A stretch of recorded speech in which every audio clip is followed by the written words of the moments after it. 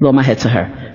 Because the Bible doesn't say, choose which cross you're going to pick up. It says, deny yourself, pick up your cross and follow me. It's the hardest thing to do. And when I run up alongside you to tell you I'm hurting, you should be encouraging me. You shouldn't start chasing me with the enemy.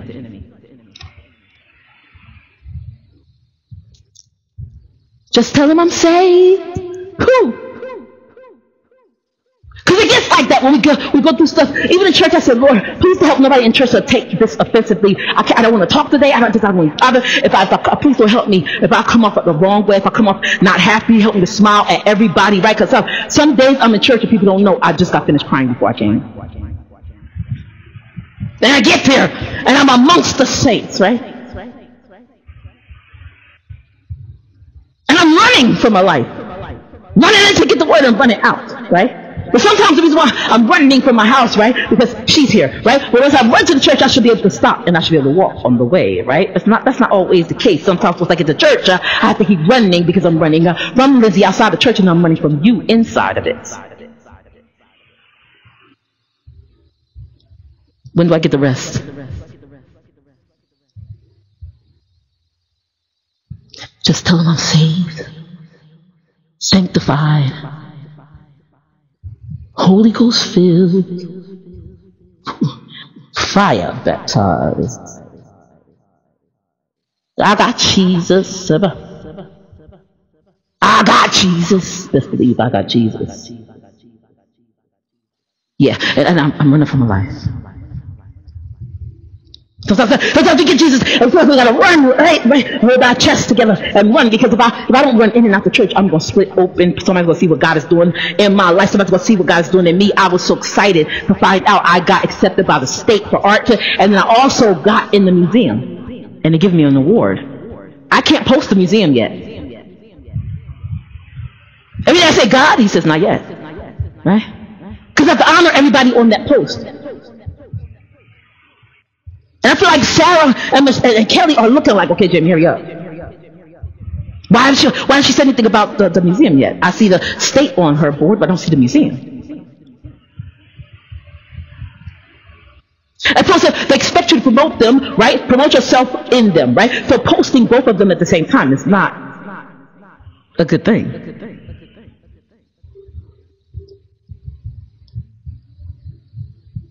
And so even though it's a blessing, I have to hide it in me. If you want to know the truth, I knew about the museum a day before I found out about the state. So the museum should have gone up first. But that's not the way I did it.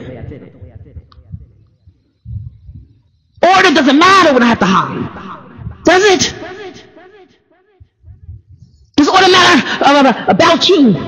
Well, God is trying to hide you, to take care of you. It's hiding biblical. See, David said, he said, thy word have I hid in my heart that I might not sin against thee. Thy word. But I can't open up my shirt like I said before. And I read it on the thing and I just started shoving Bibles into my shirt. But that's dumb. Hiding Bibles, yes. You see movies where they tell you, ship the people Bibles or hide the Bibles for the people. But that's after the rapture, isn't it? Because you won't be here to hide a Bible. But things get bad like that, the people that are still here that are not listening. See, you are the person that says, I don't want your Jesus Christ. I don't want and you're trying to help them and say, I don't want your Jesus Christ. I don't want this, but give me a painting. I don't want your Jesus Christ, but give me a painting.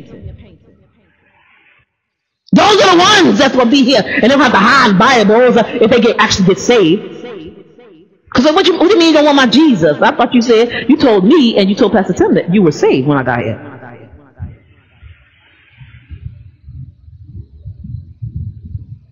Those are the ones that's going to have to hide Bibles and ship them. No matter what I do, right now, it's not the season for that. Hiding Bibles.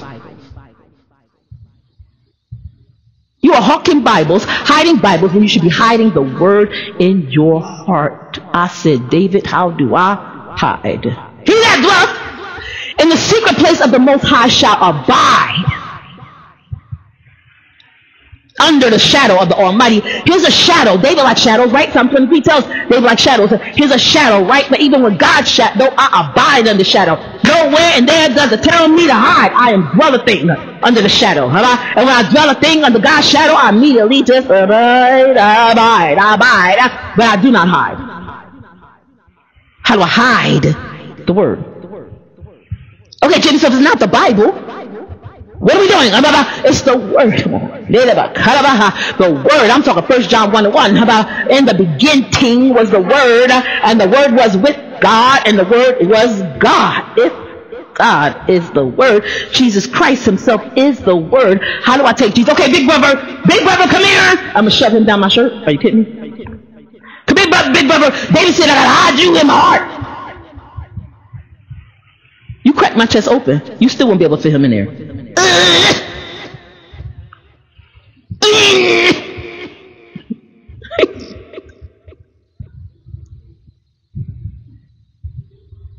How can I hide when he's delivered me?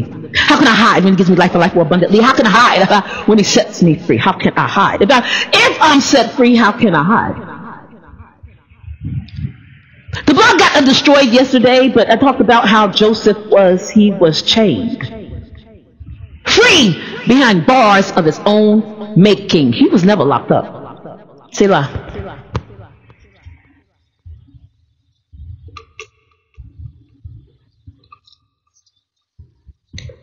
Yup, girl, you know, yup. That Joseph guy, yup, girl, yup.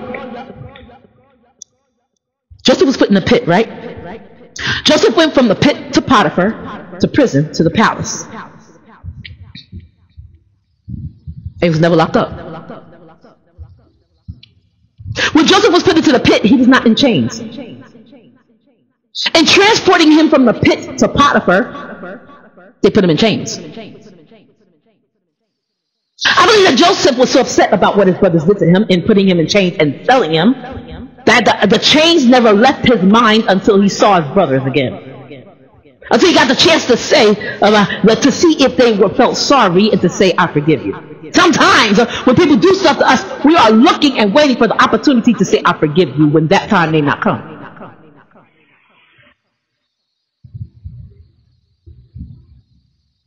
I didn't do something for a nemesis, but I will tell you, without thought, God had me automatically sitting in front of Christina say, we're going to give this to this person, right? I'm going to give this to this person. Not thinking, I know that the relationship that I have with this person is very contentious, but I said I'm going to give this to this person because I want them to have it.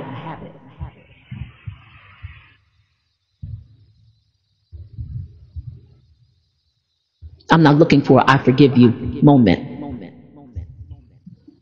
Because what really happens when the person says sorry, you say, okay, I forgive you. What really happens? We have been trained, right? And I know it because it happened to me last week. We have been trained to feel better. After yesterday, I went off on Kurt. I mean, it wasn't mean or anything. I just been dealing with a lot. I had to wear a mask while I was on the phone, and it's just hard, right? Because I said, this is crazy, and I'm not telling anybody everything. Because if I did, they definitely would take these kids from her. I said, I'm trying to train up the child in the way that they should go. That when they're older, they will not depart from it. I'm trying to train them up from my apartment. I'm trying to show them, how dare you say you don't like the Christ in me? How about that you don't like the Christ that you see and you don't want Christ because of me? I'm ducking my head and dodging my head and lowering my head. No, you don't want Christ because I told you this is what happened and you don't like being wrong. How about I'm lowering my head and dodging my head and put my head down every time that thing walked by me. You put that thing up there. Now you have to sit with it, and that's what's bothering you. That's why you don't want Christ. How dare you? I'm upset. Yeah, I may say a thing or two. But this thing is after me every day, all day long. How dare you? And it's put there because of you. How dare you? I lower my head. I put my head down. I be deferential. I don't blame the thing upstairs. Because it was put there. If it was put there and if I had given free rein to act like it wants to act, of course it's going to act like that. Nobody knows how I was standing with her and she went to Johnny's apartment first. Nobody knows that story except Johnny. And how he ran from her. See? It's calculating. knocking on the door and listening. I've seen it. I was with her.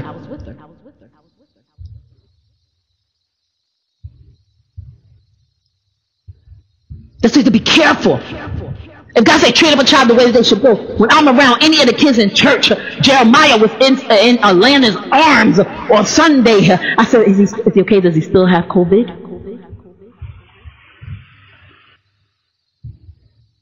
So I started talking to Jeremiah, and the more I talked to him, he just kept giggling. I know he think I'm a clown. He had his eyes closed, he just kept laughing. Like, maybe if I laugh, this girl will get away from me. I need a drinker's son. Train up a child. When I'm around Haley, it's my responsibility, even if I'm having a bad day or I'm sick, to lower my head and be humble around her. Lower my head, meaning lower myself, be humble. So it's in church, out of church. Nathaniel and his baby sister that live upstairs will be running the world soon. They'll have some part in it. If they ain't running the world, then they'll be paying taxes to the people that are doing it. It's my job while around me to be somebody that I don't know much about Jesus from my parents, but I remember that one lady. And while I'm doing it, while my every thought is to make sure that they see God in me, I'm being attacked. Right? Think about it. Joseph wasn't doing nothing but what he was supposed to do.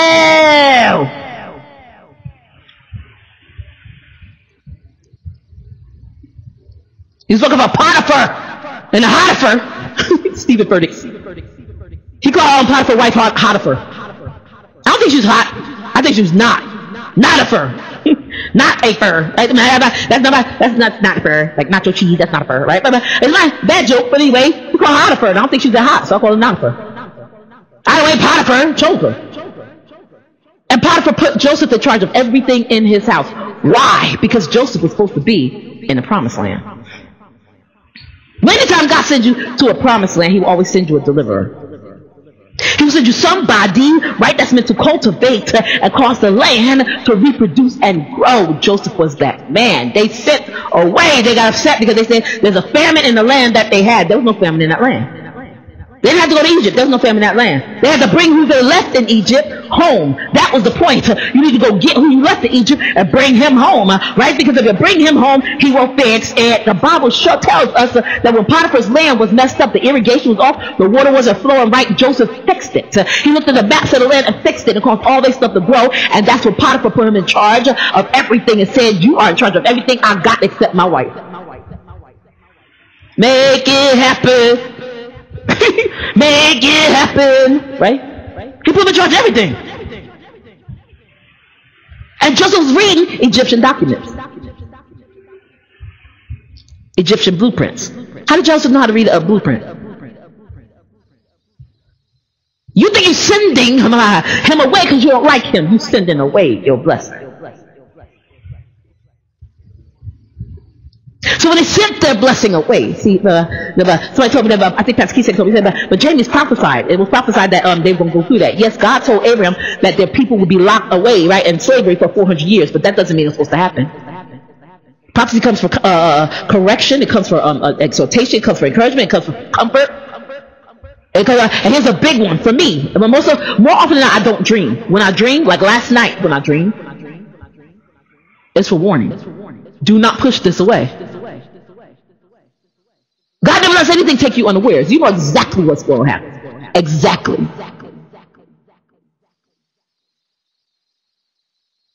I can't tell you how it's going to happen, but I know what's going to happen. For me. I also know if I push this away, I will end up walking around that mountain. Right? How stupid do you look? You're supposed to go into the promised land. Instead of you going into it, you are walking around the mountain over and over and over again. How does it look for a tree to walk around the mountain? Psalm 1 verse 3. How does it look like for a tree to walk around the mountain? You look crazy. And he shall be like a tree, which means I should be grounded, gathered. Y'all know the 4 G's from the Tri-State Fellowship. Mainly I want to be rooted in the Word of God. Trees should have roots. They should not be walking. But you're walking back and forth in the desert, tree. You ain't got no roots. Which means you ain't bearing no fruit because you ain't got no leaves. Trees, just all about trees walking back and forth in the desert. Because they sent. When they sent Joseph away, they guaranteed that they were going to end up in slavery. Because they had to go back and get him. But when they went back to get him, they didn't bring him back home. They didn't value the home that they had enough to bring Joseph back to it. They should have went and said, "Oh, Joseph, you did all the list? Okay, Joseph, come on home with us. Come on, because we need your help. Because we living in the promised land, and we ain't got no promise. We ain't got no promised butter. We ain't got the promised butter like I promised on it. It got butter. We ain't got no pomegranates. We ain't got none of that. No pom-poms. We ain't got no cheerleaders. We ain't got nothing. You hungry? Come on, Joseph. Come home." The thing is, people should have been going to Jacob in Canaan when the famine started. Instead, they were going to Pharaoh in Egypt. Why? Because they sent their promise to Egypt. You put your promise in handcuffs and sent it with the Midianites. It ain't like Judges 6, when the Midianites was running around stealing everybody else's stuff. You go there, Midianites was going around taking everybody else's stuff. No, you put your promise in handcuffs and sent it with the Midianites away. And wait, here's a better one for you. The reason why Joseph asked them to bring Benjamin is because of the fact that they did not admit what they had done. Remember, they lied. I'm very acute and aware of people when they lie. It don't skip past my eyeballs. Don't think it do. You are a bull-faced liar.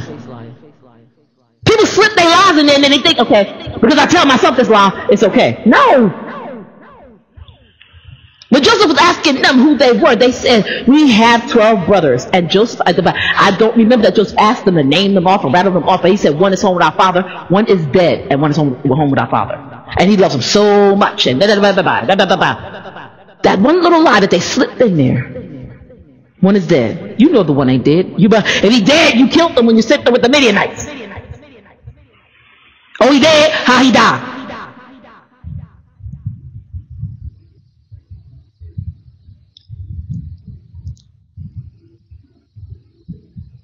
It's not like the whole thing. Not the people asking me about how many siblings I have. I have 4, but 3 are alive. When people ask me about how many siblings, who are your siblings, I think about Tasha, Samantha, and Carl, because I really did not know y'all mean. But just because I didn't know him, do I discount him and say he was never here, he was never alive? That's a lie from the pit. I usually don't mention it because it's kind of depressing.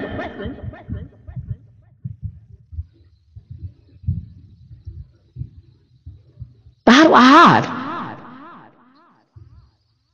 My older brother, how do I hide the fact that I had an older brother?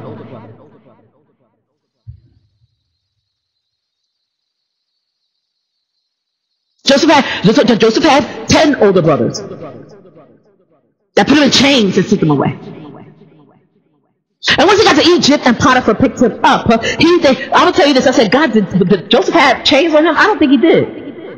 Once Potiphar got him, I don't think he had any chains on him. Potiphar's land was open, so Joseph could have left at any time. That's not the point. That's not where I'm going. Where I'm going is in the beginning, when Joseph first got there, he had to work in the ground, his hands in the ground, just like everybody else did. How do you work with your hands in the ground with chains on?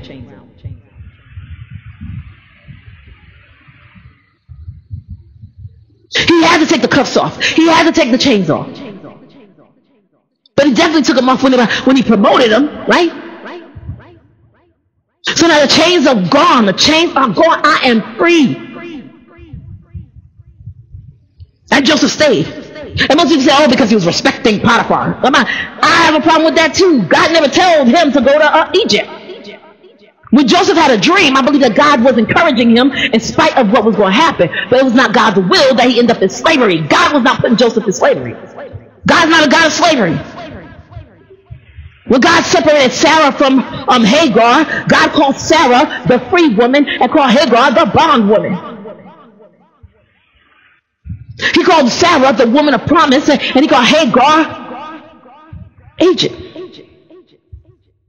Egypt is a picture of slavery. God is not going to send your promise into slavery. God knew you were going to do it because you were just. So he made provisions 400 years in the distance, right? But God's not going to send your promise into slavery. You did it. What God sent you to is promise, but you sent your promise to slavery. How does that work? And you blame God for it? Absolutely not. Well, God intended it because God said it's going to happen. He told Abraham it's going to happen. Da, da, da, da, da, da. No. Stupid. Not you, but that's stupid, isn't it?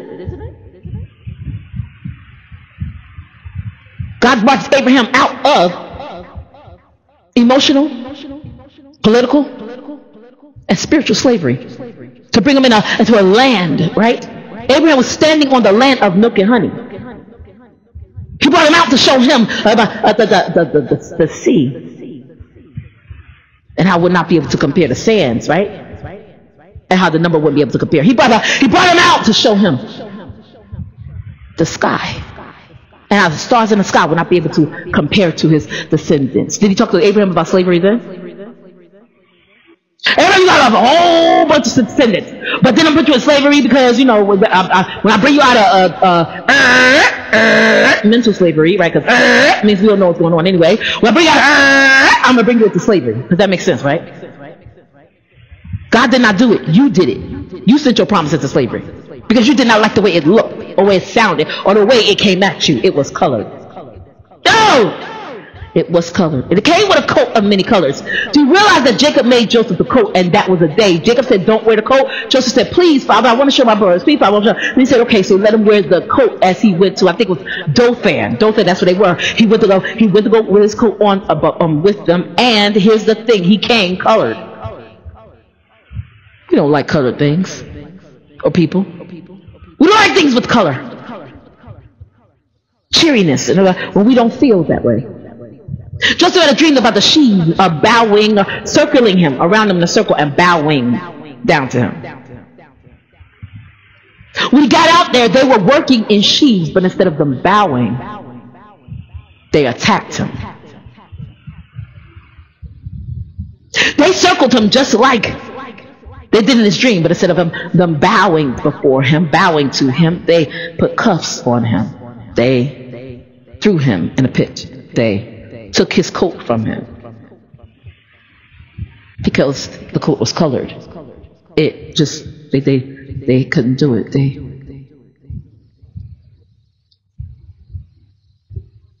So at Potiphar's house, Joseph had no chains, is my contention. And then when he went from Potiphar's house, right, to the prison, because Potiphar got him locked up again, right? He went from Potiphar's house to the prison. He was behind bars, right? I still don't think he had chains on. If I'm behind bars, do I need chains? Let's say that he did. And he was on his knees praying before God. He said, God, get me together so I can go back to my brothers and my father. I want to go back to my brothers and help them. That was the desire that God gave him, the desire he was supposed to have. Delight yourself in the Lord, and he will give you desires of your heart. Joseph had been praying up until that point, and the desire of God's heart was the desire of Joseph's heart. It lined up. But then after he talked to the baker and the cupbearer, his desire changed. His prayer went from, on his knees, right? His prayer went from, God, get me to the place so I can get back to my brother and my father. His prayer became, God, get me to the Pharaoh so he can release me. Oh, wait, better yet. Rufus. Whatever the cupbearer's name was. He was no longer praying to God, he was praying to Rufus. God, get me to my brothers? No. Rufus, get me to the Pharaoh. Oh yeah, he's praying. Of course he was praying. He was still praying. Prayer is communication. He was still praying. He was just praying to his new God, Rufus.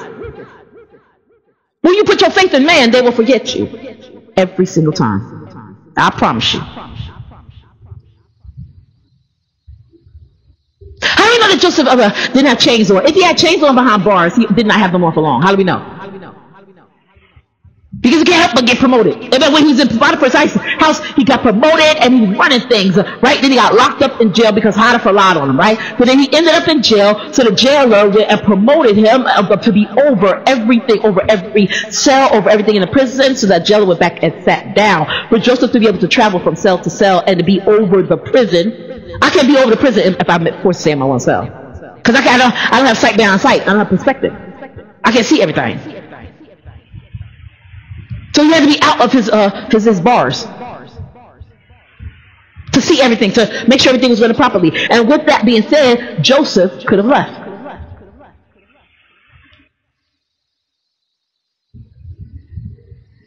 But he didn't. My conclusion is Joseph gave up on God at that point. Because when the baker and the cupbearer came in, that's your picture of bread and wine.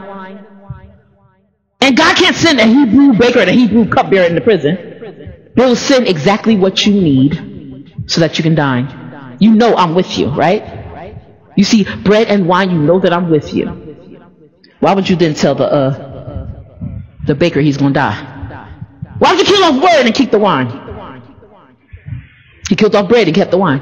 Why say killed them off? Because prophecy comes to warn. Prophecy always comes to help. There's always something that can be done about what happens. Right? Don't do this or this will happen. God is warning me. God warned me about something in my dream last night. Am I going to obey? Oh yeah. Fortunately, I waited until December 27th to make sure that I knew what he was talking about. Because it was an odd dream. It was odd. But I know exactly what it means. And if he had shown me before Sunday night, I wouldn't have understood. It wouldn't have made sense. So this night, coming into this day, was the perfect time for me to have this dream. And dreams and interpretations belong to God. I know exactly what it means. I people think, oh, Joseph was such a great man. How did he interpret the dreams? You can interpret dreams too. Interpret your own dream. Just ask God. You ask God, and God will give you the interpretation. Therefore, you interpreted the dream for yourself. How did I do it? I asked God. I know my dream, and the dream looks scary because everything is up close. And then there's one person that I'm at a table where there's food. Who? Tell me about this thing. Psalm 23. And one person I see directly to my left, because it matters, because I'm on their right. That's what matters. Not that they're to my left. This is why you have to know God. Because I can look at one thing and see one thing, but if somebody else will look at the same thing and see something completely different. I'm on the right. That matters. Since I'm on the right, this person is directly to my left. And I know exactly who it is. It feels like who it is. It's that the person is the person interacted with me, and the only one that interacted with me closely, the only one to talk to me. It wasn't a bad situation. It was a very homey situation. We were at a table eating. A long table.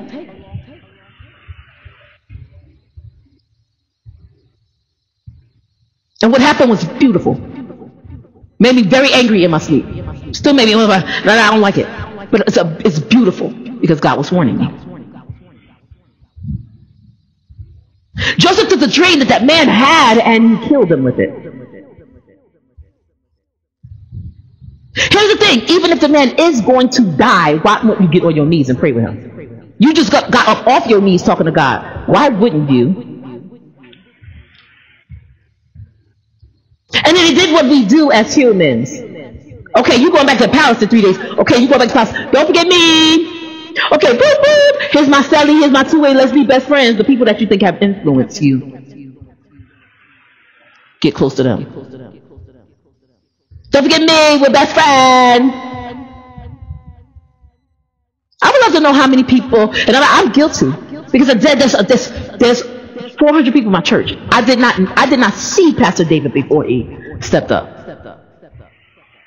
And I know who he was. And I sat all the way in the front. And for what I see, Miss Andrea generally sits in the back. I did not see them. And he said he was sitting there. He was there. It makes me ashamed. Because he said, God, what is wrong with me that I did not see him? So after church, I get up, even if I don't feel like it. If I'm writing still next, taking notes, I get up and I try to talk to somebody different every day. I don't want to be said that I did not see you. I get to heaven, he's like, what church did you go to? Jamie, we went to your church, went to Tri-State Fellowship. What? I don't know who you are. I know you're not.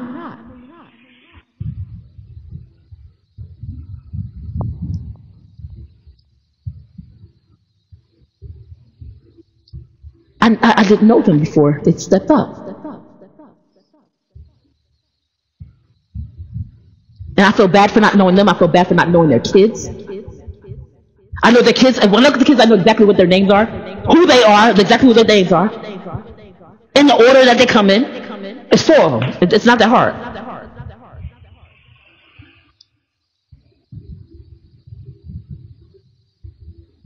And so I look at the other kids in the church, and I can't remember the name of Kristen's 4 kids.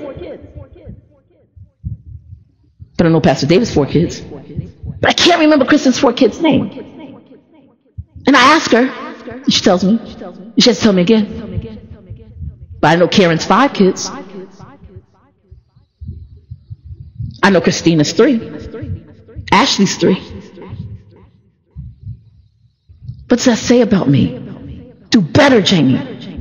Just because these are people that you know and that you're around, that you like. I love Kristen.